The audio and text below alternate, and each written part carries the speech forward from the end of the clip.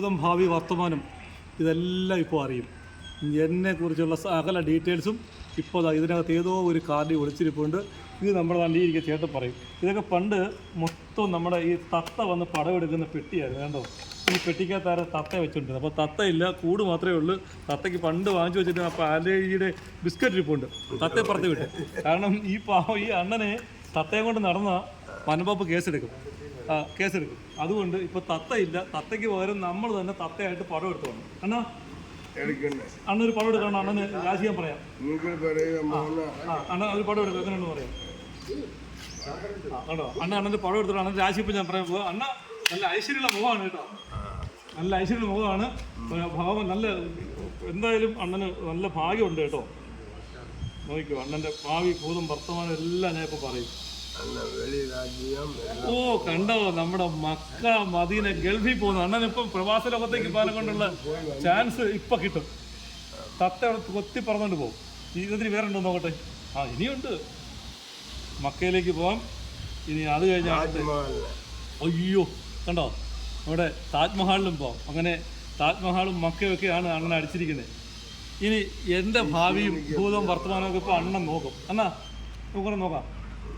ശരി, എങ്കിൽ പിന്നെ അങ്ങനെ ആയിക്കോട്ടെ. ഉള്ളതേ പറയൂ, കള്ളം പറയത്തില്ല, കള്ളത്തിന് ഒന്നും പറയത്തില്ല.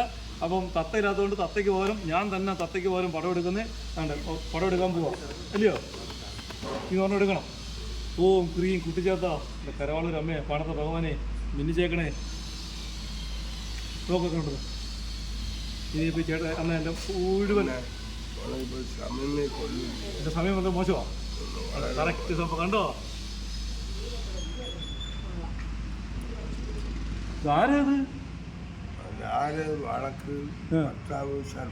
സർപ്പം കണ്ടോ, ഇത് സർപ്പമുണ്ട്, പാമ്പുണ്ട്.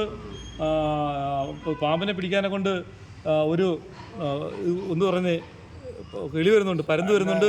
ഇതെല്ലാം കണ്ടുകൊണ്ട് ഒരു അമ്മ ഇരുന്ന് കരഞ്ഞോണ്ടിരിക്കുന്നു.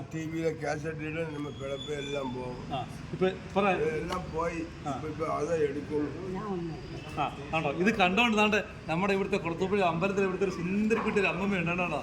ഈ അമ്മമ്മ ചെറിയ ആളൊന്നല്ല, ഭയങ്കര പുലിയ അമ്മ. അത് തന്നെ, ഈ വെള്ളത്തിൽ കിടന്ന് തിരുമക്കളൊപ്പം നീന്തി കളിച്ച ഒരു അമ്മയാണ്. അയ്യോ ശ്രീരാമൻ കണ്ടോ, ശ്രീരാമ പട്ടാഭിഷേകം. ശ്രീരാമനും എന്തിയ രാമനൊക്കെ പോയി. ഇപ്പൊ സീത മാത്രമേ ഉള്ളു. ഇപ്പം കാഞ്ചന സീത എവിടെ കാത്തിരിക്കുക. രാമൻ പോയി, സീത മാത്രമേ ഉള്ളു. പുള്ളിക്കാരൻ ഇവിടെ നിന്നില്ല, കണ്ടോണ്ടിരിക്കുക അല്ലയോ. അപ്പോൾ എന്തായാലും ഈ ഞാൻ പറഞ്ഞത്, ഇതുപോലെ ഈ തത്ത കൊണ്ട് പടം എടുക്കുന്ന നമ്മുടെ കുറേ ചേട്ടന്മാരൊക്കെ നമ്മുടെ ഉത്സവപ്പറമ്പിലും ഈ നാട്ടിൻപുറത്തൊക്കെ ഉണ്ടായിരുന്നു. പക്ഷേ നമ്മുടെ വനംവകുപ്പിൻ്റെ ഈ നിയമം വന്നതോടുകൂടി തത്തയും പറത്തി വിട്ട് ഈ പാവങ്ങൾക്ക് അവിടെ ഉപജീവനമാർഗം മുടങ്ങിപ്പോയി എന്ന് പറയാതിരിക്കാൻ വയ്യ. കാരണം അത്രയ്ക്ക് ബുദ്ധിമുട്ട്.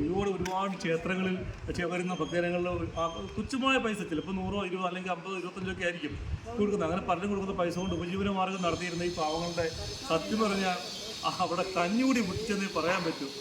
ഒരു കുഞ്ഞു തത്തയെ പിടിച്ച് കൂട്ടിയിട്ട് ഉപജീവനമാർഗം നടത്തിക്കൊണ്ടിരുന്നതാണ്. എന്ത് ചെയ്യാനാ, അവസ്ഥ ഇതായിപ്പോയി. ഇനിയിപ്പോൾ നാളുകളിൽ എന്തായി തീരുമെന്നുള്ള അവസ്ഥ വരെ വരും. ഇതുകൊണ്ട് നടക്കാൻ വേണമെങ്കിൽ കേസെടുത്ത് കളയും.